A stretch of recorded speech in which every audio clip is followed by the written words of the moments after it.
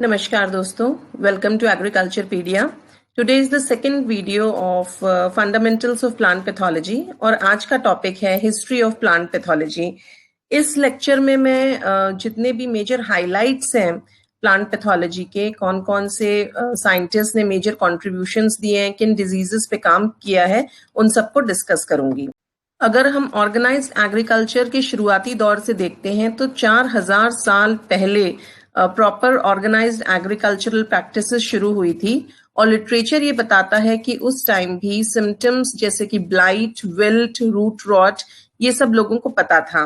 ऋग्वेदा में germ theory of disease के बारे में जिक्र मिलता है और माइक्रो ऑर्गेनिजम्स को उन्होंने जीवाणु शब्द यूज किया उसके लिए। और वृक्ष आयुर्वेदा जो कि सुरपाल ने लिखी थी 11वीं सेंचुरी में, उसके अंदर उन्होंने जो डिजीजेस हैं उसको दो भागों में विभाजित किया था, एक इंटरनल और एक एक्सटर्नल। अगर हम यूरोपियन लिटरेचर के बारे में देखें तो बाइबल, शेक्सपियर की पोएम्स, ड्रामाज और जितने क्रिश्चियन लिटरेचर हैं उन सब में रस्ट, स्मट, मिल्ड्यू, ब्लाइट इन सब का जिक्र है। थियोफ्रेस्टस जो कि एक ग्रीक फिलोसोफर थे, उन्होंने अपनी किताब इंक्वायरी इनटू प्लांट्स में प्लांट डिजीजेस के बारे में जिक्र किया है। ये वही दौर था जिसमें plant diseases they were attributed to divine power या रिलीजियस पावर, या ये कहा गया कि जब रैथ ऑफ गॉड पड़ता है या स्टार्स अगर बहुत फेवरेबल नहीं है हमारे, तो प्लांट डिजीजेस हो जाती हैं। इसीलिए रोमन्स एक फेस्टिवल सेलिब्रेट करते थे, उसका नाम था रोबी गैलिया, और वो रस्ट डिजीज को वार्ड ऑफ करने के लिए था। और ये जो प्रथा है ये क्रिश्चियन एरा तक चली आ रही थी। स्टेम रस्ट ऑफ व्हीट के साथ बारबरी का एसोसिएशन 1660 के फार्मर्स रिकॉग्नाइज कर चुके थे और इसीलिए बहुत स्ट्रिक्ट लॉज बन गए थे जिसमें बारबरी बुशेस को डिस्ट्रक्ट करना अनिवार्य हो गया था। दोस्तों 1674 में एंटोन वॉन ल्यूवेनहॉक ने माइक्रो ऑर्गेनिजम्स को माइक्रोस्कोप के अंदर स्टडी किया और pair Antonio माइकेली, who is also known as father of mycology, mycology मतलब फंगस की स्टडी, उन्होंने पहली बार फंगस को और उनके स्पोर्स को स्टडी किया और ये डिमॉन्स्ट्रेट किया कि अगर हम किसी फ्रूट के पीसेस पर स्पोर्स को रख देंगे तो वो नए थैलाई में कन्वर्ट हो जाते हैं। और ये एक्सपेरिमेंट काफी सक्सेसफुल रहा, लेकिन उस जमाने में ये एक्सेप्ट नहीं किया गया। माइकेली ने बहुत फेमस बुक नोवा प्लांटेरम जेनरा 1729 में लिखी थी, लेकिन उस जमाने में ज्यादातर लोग थ्योरी ऑफ स्पॉन्टेनियस जनरेशन में बिलीव करते थे और इसीलिए इनकी थ्योरीज को किसी ने ज्यादा तवज्जो नहीं दी। 1743 में नीधम, उन्होंने भी थ्योरी ऑफ स्पॉन्टेनियस जनरेशन को ही सपोर्ट किया, लेकिन 1775 में लाजारो स्पैलेंजानी जो कि एक इटालियन इन्वेस्टिगेटर थे, उन्होंने इस थ्योरी को डिसअप्रूव करने की कोशिश की। कार्ल वॉन लिने, जिनको हम लीनियस के नाम से भी जानते हैं, उन्होंने बाइनोमियल नॉमेनक्लेचर दिया और स्पीशीज प्लांटरम नाम की किताब लिखी। परसून ने साइनॉप्सिस मेथोडिका फंगोरम नाम की किताब लिखी and he started the nomenclature of uredinales, ustilaginales and गैस्ट्रोमाइसिटीज।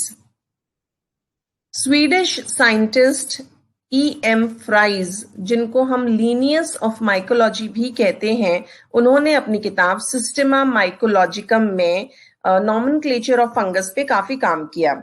1775 में फ्रेंच बॉटनिस्ट टिलेट ने स्टिंकिंग स्मट ऑफ व्हीट पर काफी काम किया और उन्होंने ये प्रूव किया कि अगर जो व्हीट के सीड्स हैं उन पर ब्लैक कलर का पाउडर होता है तो वो डिजीज्ड प्लांट्स प्रोड्यूस करते हैं। और उन्होंने ये भी ऑब्जर्व करके बताया कि अगर उन सीड्स को हम सॉल्ट और लाइम से ट्रीट करते हैं तो काफी हद तक हम इस समस्या से निजात पा सकते हैं। 1767 में फेलिस फोंटाना ने अपने पेपर में रेड और black stages of wheat rust को डिस्टिंग्विश करने की कोशिश की।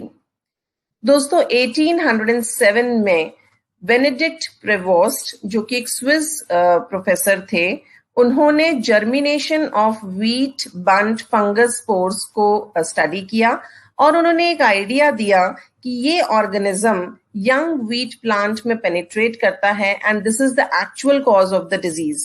प्रिवोस्ट के एक्सपेरिमेंट्स फर्स्ट प्रूफ की तरह देखे जाते हैं जिसमें रोल ऑफ माइक्रो ऑर्गेनिजम्स को किसी डिजीज के साथ उनके कॉजेटिव एजेंट्स की तरह जोड़ करके देखा जाने लगा। उन्होंने ये भी डेमोन्स्ट्रेट किया कि अगर हम जो सीड्स हैं स्मट से इन्फेक्टेड उनको कॉपर सल्फेट के सॉल्यूशन से ट्रीट करेंगे तो काफी हद तक ये समस्या कम हो सकती है।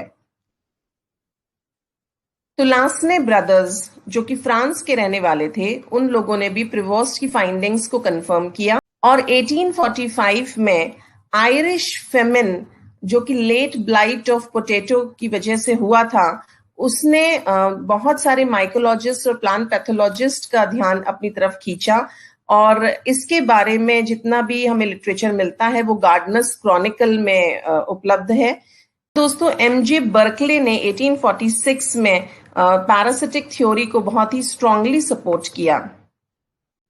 अगर हम मॉडर्न प्लांट पैथोलॉजी की बात करें तो हेनरिक एंटोन डी बेरी जिनका कार्यकाल 1831 से 1888 तक रहा, he is known as the father of modern plant pathology और उनके मेजर कॉन्ट्रीब्यूशंस थे कि उन्होंने प्रिवोस्ट की फाइंडिंग्स को कंफर्म किया और उन्होंने एक्सपेरिमेंटली ये प्रूव किया कि फाइटोप्थोरा इन्फेस्टेंस ही late blight of potato disease का कॉजल ऑर्गेनिज्म है और उन्होंने rust, smut, downy mildew, rots जैसी बीमारियों का अध्ययन किया और heteroecious nature of rust fungus को रिपोर्ट किया। उन्होंने एंजाइम्स और टॉक्सिन्स के रोल को भी दर्शाया टिश्यू डिग्रेडेशन में। De Bary was the first one two report about lichens जो कि फंगस और एल्गी का सिम्बायोटिक फॉर्म होता है और इन्होंने ही सिम्बायोसिस टर्म भी कॉइन किया। इन्होंने डाउनी मिल्ड्यू फंगस और पैरासिटिज्म को बहुत डिटेल में स्टडी किया और मॉर्फोलॉजी एंड फिजियोलॉजी दर पिल्जे फ्लेक्टिन एंड माइसिटिन नामक किताब लिखी और उसमें फंगस का बहुत ही ब्रॉड क्लासिफिकेशन भी किया। इन्हीं के कंटेम्पररी एक और साइंटिस्ट थे जे.जी. कुन, उन्होंने बहुत ही सिग्निफिकेंटली कंट्रीब्यूट किया on the infection and development of smut in wheat plants.